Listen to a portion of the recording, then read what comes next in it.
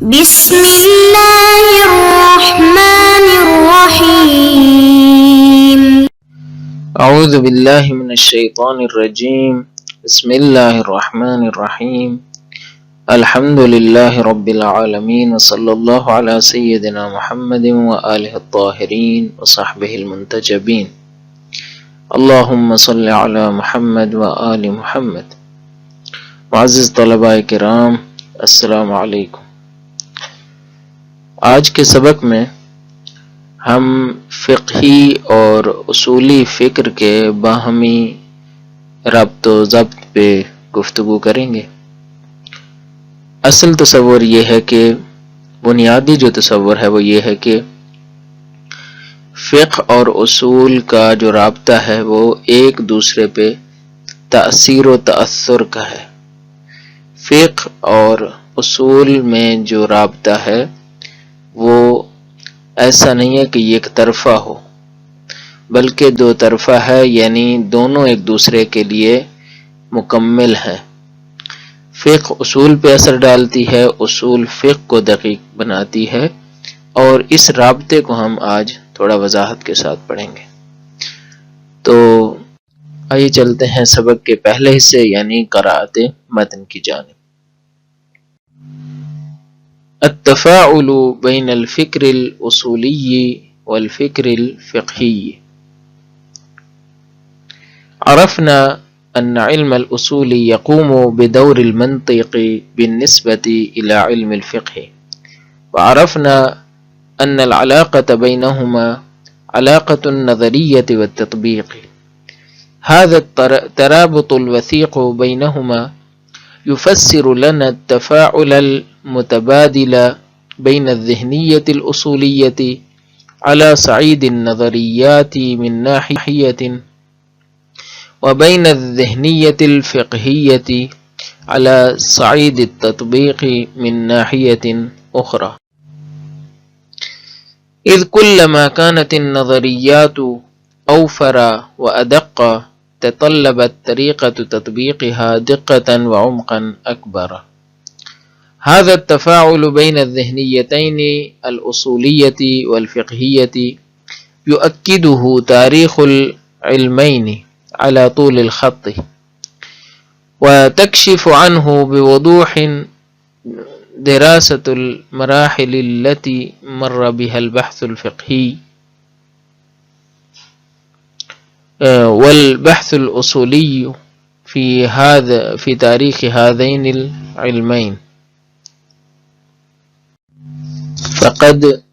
فقد نشأ علم الأصول في أحضان علم الفقه، كما نشأ علم الفقه في أحضان علم الحديث، ولم يكن علم الأصول مستقلا عن علم الفقه في البداية، ولكن من خلال نمو علم الفقه واتساع أفق التفكير الفقهي أخذت الخيوط العامة والعناصر المشتركة في عملية الاستنباط تبدو وتتكشف، وأخذ الممارسون للعلم الفقهي يلاحظون اشتراك عمليات الاستنباط في عناصر عامة لا يمكن استخراج الحكم الشرعي بدونها، وكان ذلك إيذانا بمولد علم الأصول واتجاه الذهنية الفقهية اتجاها أصوليا۔ یہ تو آج کی عبارت تھی، آئیے چلتے ہیں ان عبارتوں سے جو نکات ماخوذ ہیں اور ان عبارات کی جو وضاحت ہے اس کی جانب۔ گزشتہ اسباق سے دو اہم نتائج ہیں جس کو شہید صدر اپنی بحث کی ابتدا ہی میں بیان فرما رہے ہیں، اور پھر ان نتائج سے آگے پھر مزید آج کی بحث کو شروع کرتے ہیں۔ سب سے پہلا جو نتیجہ ہم نے لیا تھا وہ یہ تھا کہ علم اصول منطق علم فقہ ہے۔ جس طرح منطق جو ہے وہ عمومی طور پر فکر کی اصلاح کرتی ہے، علم اصول علم فقہ کی جو استنباطی فکر ہے اس کو وہ ٹھیک کرتی ہے، اس کو دقیق بناتی ہے اور اس کی تصحیح کرتی ہے۔ تو یہ پہلا کام تھا جو ہم نے علم فقہ اور علم اصول کے رابطے کے حوالے سے بیان کیا۔ دوسرا جو علم اصول کا اور فقہ کا رابطہ تھا اس کو ہم نے نظریہ اور تطبیق کے انداز میں بیان کیا تھا اور بتایا تھا کہ علم اصول تھیوری ہے اور علم فقہ اسی کا پریکٹیکل ہے، تطبیق ہے ان نظریات کی جو اصول نے دیے ہیں علم فقہ کے اوپر، یعنی تطبیق کرنی ہے، اور یہ اس تطبیق کے نتیجے میں ہمیں جو استنباطی عمل ہے وہ مکمل ہوگا۔ یہ ہم نے گزشتہ سبقوں میں وضاحت کر دی تھی۔ آج اسی سے ہی نتیجہ لیے گئے جو بحث تفاعل کی بحث ہے، جس کو ہم نے باہمی ربط و ضبط کا نام دیا ہے۔ شہید نے جو کہا ہے وہ یہ ہے کہ ان دونوں کا آپس میں تفاعل ہے۔ اس کو سمجھنے کی کوشش کرتے ہیں کہ یہ ہے کیا۔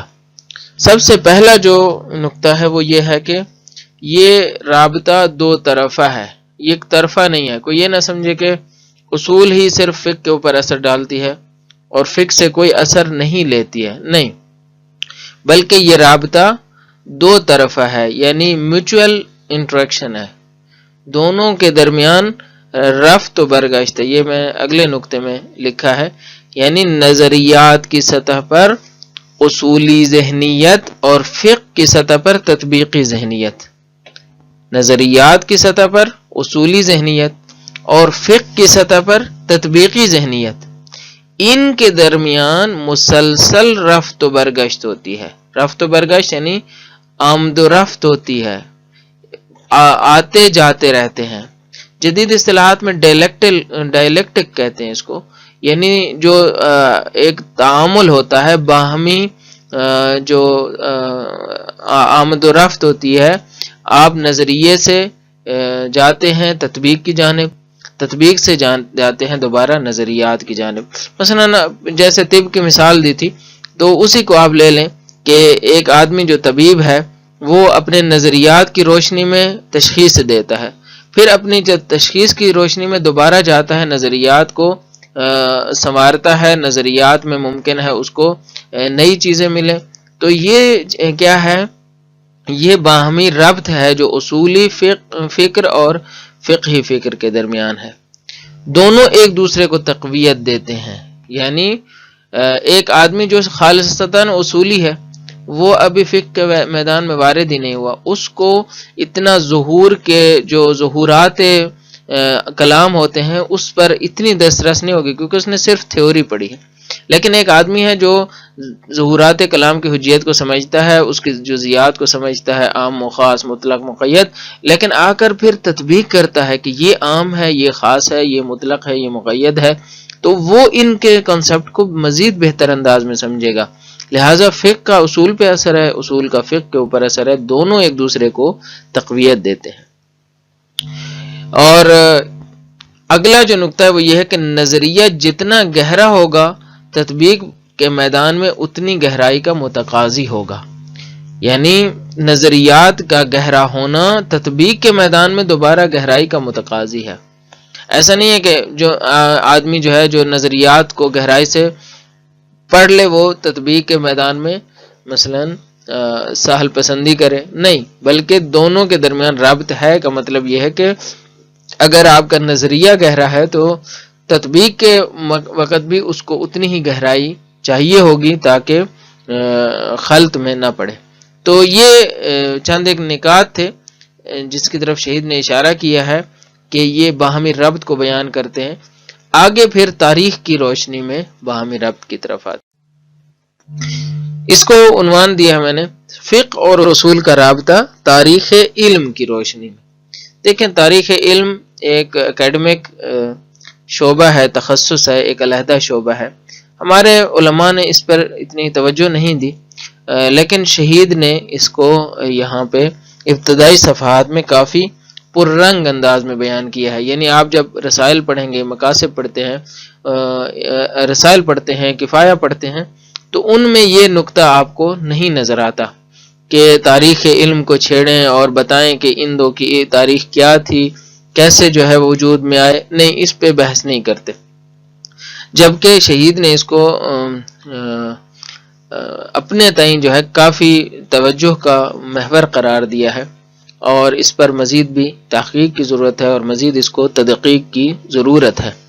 لیکن یہی کہ شہید نے اس پر توجہ دی ہے، ایک اجمالی خاکہ بیان کیا ہے تاریخ علم کا اور فقہ اور اصول کے باہمی رابطے کا، تو اس سے پتہ چلتا ہے کہ شہید کا جو ذہن ہے وہ باقی جو کلاسک ذہنیتوں سے مختلف سوچتے ہیں، یعنی ماہیت علم اصول کی جب وضاحت کر رہے ہیں تو اس کو تاریخی تناظر میں دیکھ رہے ہیں۔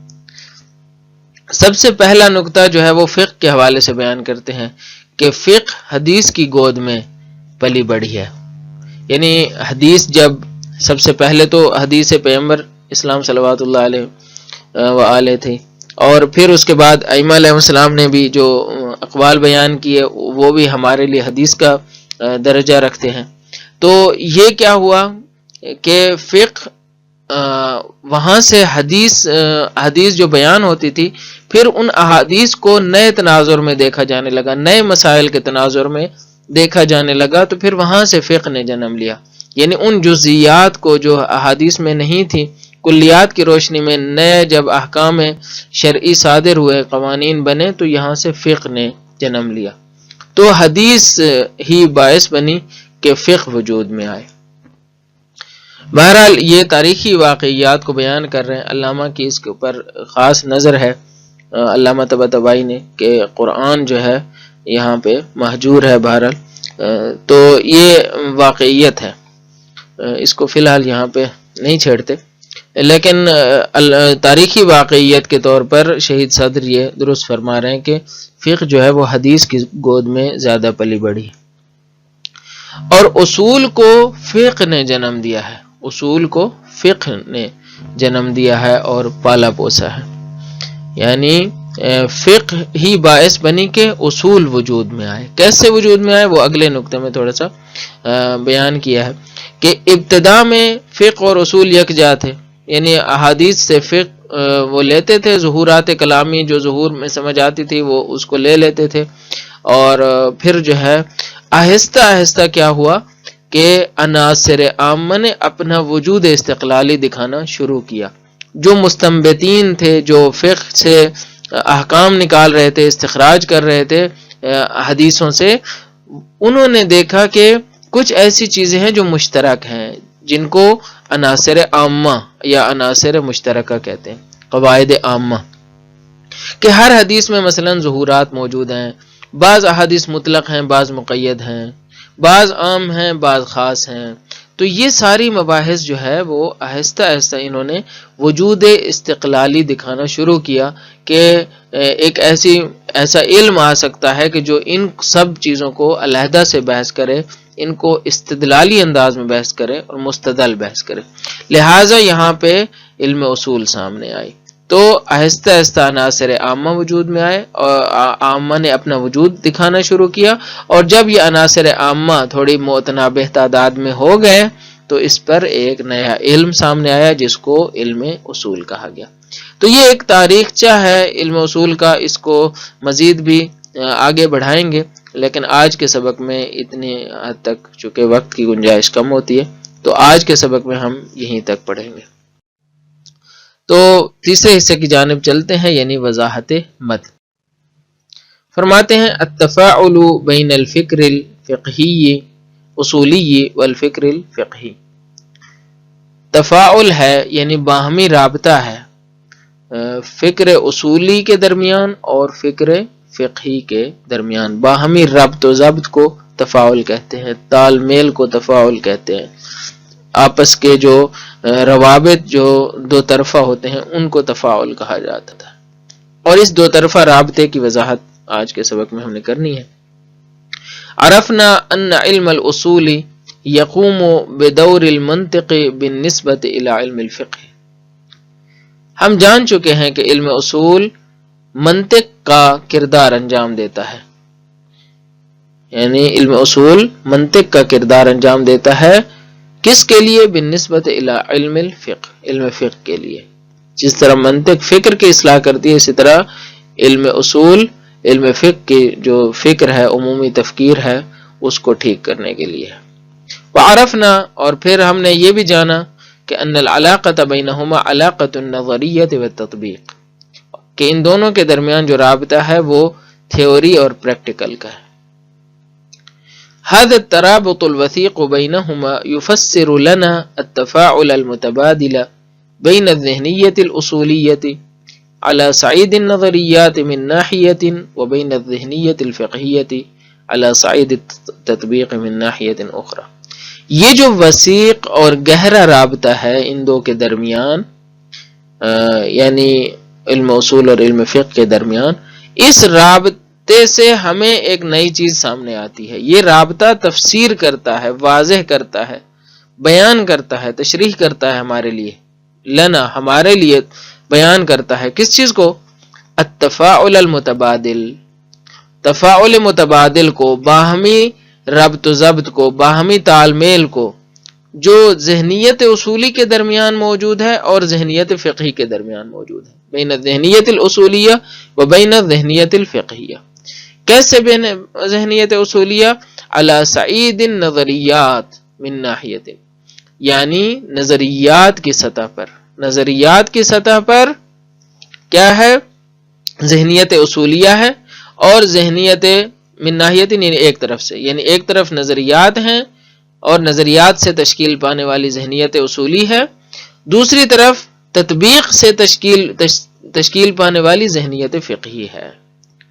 تو ان دو کے درمیان جو رابطہ ہے اس کو واضح کرتا ہے. یہ ہمارے لیے یہ جو رابطہ ہے یہ ہمارے لیے واضح کرتا ہے کہ ان دو کے درمیان کیا ہے؟ تفاعل متبادل ہے، باہمی کیا ہے؟ رفت و آمد ہے، باہمی رفت و برگشت ہے. کیسے؟ اس کو اگلے پیراگراف میں بیان کرتے ہیں. فرماتے ہیں اذ کلما كانت النظریات اوفر وادق تطلبت طریقة تطبیقها دقة وعمقا اکبر. اس لیے کہ جتنے نظریات وافر تر، کثیر تر ہوں گے، زیادہ مقدار میں ہوں گے اور دقیق ہوں گے، تو ان کا طریقہ تطبیق بھی متقاضی ہوگا. تطلبت یعنی تقاضا کرے گا کہ طریقہ تطبیق اور ان کو منطبق کرنے کا جو طریقہ ہے وہ تقاضا کرے گا دقتاً و عمقاً اکبر، زیادہ دقت کا متقاضی ہوگا.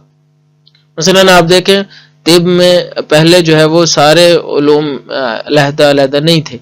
پہلے ایک ہی ڈاکٹر ہوتا تھا جو سارے مریضوں کو دیکھتا تھا، اور آہستہ آہستہ کیا ہوا؟ نظریات زیادہ ہونے لگے. ہر چیز میں ایک نظریہ آ گیا، آنکھوں کے بارے میں، اعصاب کے بارے میں، اسی طرح جتنے بھی شعبے ہیں مختلف شعبوں میں نظریات آنے لگے. تو اب کان کا علیحدہ ڈاکٹر ہے، آنکھوں کا علیحدہ ہے، اعصاب کا علیحدہ ہے، مغز کا علیحدہ ہے، اسی طرح جراح علیحدہ ہیں، جو آپریشن کرتے ہیں علیحدہ ہیں. یہ سارے کیوں اس لیے ہوا کہ نظریات وافر ہو گئے، نظریات زیادہ مقدار میں آ گئے اور دقیق بھی ہو گئے جتنا زیادہ. تو اس لیے اوفر میرا خیال ہے کثرت سے، یہاں پہ جو کہ اوفر کا معنی بھی کثیر ہے، تو اس لیے کثرت سے مراد یہاں پہ یہ ہو. اس پیرا اگر اس میں دیکھیں، پیرائے میں دیکھیں کثرت کو، تو میرا خیال ہے شاید قابل فہم ہو. فرماتے ہیں کہ هذا التفاعل بين الذهنيتين الأصولية والفقهية يؤكده تاریخ العلمین على طول الخط. یہ جو رابطہ ہے ذہنیہ اصولیہ کے درمیان اور ذہنیت فقہی کے درمیان، اس کے اوپر تاکید کرتا ہے کیا؟ تاریخ العلمین، ان دو علموں کی جو تاریخ ہے، علی طول الخط، کل خط میں، یعنی خط سے مراد یہاں طول تاریخ ہے، ان کے درمیان جو رابطہ ہے اس کو تاریخ سے ہم سمجھ سکتے ہیں. ان دو علموں کی تاریخ سے ہم اس رابطے کو سمجھ سکتے ہیں. اور وتکشف عنہ یعنی اس رابطے کو کشف کرتا ہے، تفاعل کو کشف کرتا ہے، بوضوح واضح انداز میں. کیا چیز کشف کرتی ہے؟ دراست المراحل التي مر بها البحث الفقهي والبحث الاصولی فی تاریخ هذین العلمین. آپ دراست کریں اگر مراحل کی، کون سے مراحل؟ وہ مراحل کے جہاں سے یہ بحث فقہی اور بحث اصولی گزر کر آئی ہے. ان مراحل کو آپ پڑھیں گے، ان مراحل کے نتیجے میں آپ کو سمجھ میں آئے گا کہ ان دو علموں کی تاریخ میں جو مراحل ہیں وہ بتائیں گے کہ ان دونوں کے درمیان کیسا رابطہ رہا ہے. تو آج ہم جو مرحلہ جس کی طرف اشارہ کریں گے وہ مرحلہ پیدائی ہے، پیدائش کا مرحلہ۔ مرحلہ پیدائش، مرحلہ پیدائش کیا ہے آج ہم اس کو پڑھیں گے، پھر آگے جو ہے وہ اس کو اگلے اسباق میں اس کو ادامہ دیں گے، اسی کو تسلسل کو برقرار رکھیں گے۔ فقد نشأ علم الاصول فی احضان علم الفقہ، علم اصول علم فقہ کی گودوں میں پلا ہے اور بڑا ہے، نشأت پائی ہے، پیدا ہوا ہے۔ تو علم اصول پیدا ہوا ہے کس میں؟ علم فقہ کی گود میں، جیسا کہ علم فقہ پیدا ہوا ہے فی احضان علم الحدیث، علم حدیث کی گود میں، یعنی احادیث کی کثرت اور احادیث کے تطبیق کے نتیجے میں علم فقہ پیدا ہوا، جب نئے مسائل سامنے آئے اور ان نئے مسائل نے ان احادیث کو تطبیق کرنے کے جو ہے وہ مختلف انداز میں تقاضے کیے، تو نئے مسائل، اس لیے کہتے ہیں کہ علم فقہ کوفہ کی پیداوار ہے، مدینے کی نہیں ہے۔ مدینہ میں علم حدیث زیادہ رائج رہا، بعد میں جو ہے اسی لیے تو جو فقہ مالکی ہے وہ اتنی زیادہ وہ نہیں ہے، پیش رفتہ نہیں ہے جتنی فقہ حنفی ہے، اس لیے کہ فقہ حنفی میں فقہی عناصر اور بعد میں اصولی عناصر زیادہ ہو گئے، جبکہ جو دیگر فقہ ان میں حدیثی عناصر کی کثرت ہے، مثلا فقہ حنبلی میں، لیکن فقہ شافعی اور فقہ حنفی میں اصولی عناصر زیادہ ہیں۔ تو بہرحال علم حدیث کی گود میں علم فقہ پلا ہے اور علم فقہ کی گود میں علم اصول آگے بڑھی ہے اور پلی ہے۔ وَلَمْ يَكُنْ عِلْمُ الْأُصُولِ مُسْتَقِلًا عَنْ عِلْمِ الْفِقْهِ فِي الْبِدَايَةِ، ابتدا میں تو کوئی علم اصول مستقل طور پہ موجود نہیں تھا علم فقہ سے، فی البدایہ ابتدا میں، یعنی جب دوسری صدی کے ابتدا میں جب مثلا فقہ وجود میں آ رہی تھی اس وقت تو علم اصول علیحدہ سے کوئی علم نہیں تھا، ولیکن من خلال نمو علم الفقہ، لیکن علم فقہ جب رشد کرنے لگا، نمو کرنے لگا، وہاں اس کے خلال سے یعنی اس کے اندر سے واتساع افق التفکیر الفقہی، اور فقہی فکر کی وسعت کے افق سے، کے در بیچوں بیچ سے، من خلال یعنی بیچوں بیچ، وہاں سے اخذت الخیوط العامہ والعناصر المشترکہ فی عملیت الاستنباط تبدو وتتکشف، وہاں سے جو عمومی راستے ہیں، جو خطوط ہیں، جو خیوط ہیں، انہوں نے کیا کرنا شروع کیا؟ اخذت یعنی بدأت، شروع کیا انہوں نے، اور عناصر مشترکہ نے شروع کیا، وہ عناصر جو عملیات استنباط میں مشترک ہیں، انہوں نے کیا کیا؟ شروع کیا کس چیز کو؟ تبدو وتتکشف، اخذت تبدو وتتکشف، انہوں نے شروع کیا اپنے آپ کو ظاہر کرنا، وتتکشف اور کشف کرنا شروع کیا۔ وَأَخَذَ الْمُمَارِسُونَ لِلْعِلْمِ الْفِقْهِيِّ يُلَاحِظُونَ اشتراک عملیات الاستنباط، اور جو ممارسین عمل فقہی ہیں، جو عمل فقہی کو ممارست کرتے ہیں، انہوں نے کیا کیا؟ انہوں نے آہستہ آہستہ ملاحظہ کرنا شروع کیا کہ کچھ ایسی چیزیں ہیں جو جن میں عملیات استنباط مشترک ہیں۔ یلاحظون، وہ ملاحظہ کرتے تھے کہ عملیات استنباط مشترک ہیں، فی عناصر عامۃ، عناصر عامہ، کچھ ایسے عناصر ہیں جو عمومی نوعیت کے ہیں، لا یمکن استخراج الحکم الشرعی بدونہا، کہ جن کے بغیر حکم شرعی کا استخراج ممکن نہیں ہے۔ تو یہ جرقہ تھا، وکان ذالک ایذانا، اور یہ چیز باعث بنی، مؤذن تھی، مشیر تھی، اشارہ کر رہی تھی، بمولد علم الاصول، کہ علم اصول وجود میں آنا چاہیے، واتجاہ الذہنیت الفقہیت اتجاہا اصولیا، اور اپنائے جو ذہنیت فقہی ہے وہ کس چیز کو؟ اتجاہ اصولی کو اپنا لے، اپنے اصولی جہت کو لے لے۔ تو یہ وہ ابتدائی چیز ہے، یہ وہ ابتدائی نقطہ ہے جہاں سے علم اصول نے جنم لیا، کہ علم فقہ کے اندر کچھ عناصر مشترکہ کا وجود سامنے آیا اور وہاں سے علم اصول نے جنم لیا۔ تو سبق کے خلاصے کی طرف آتے ہیں۔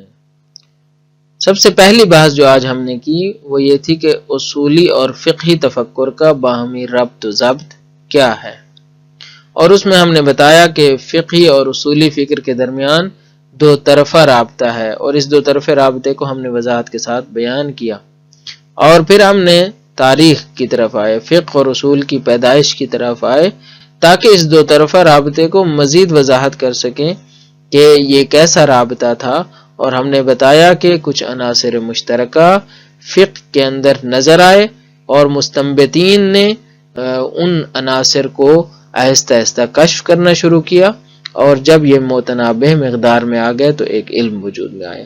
یہ چیز ہے جو آج ہم نے بیان کی ہے، انشاءاللہ کل انہی مباحث کو مزید ادامہ دیں گے۔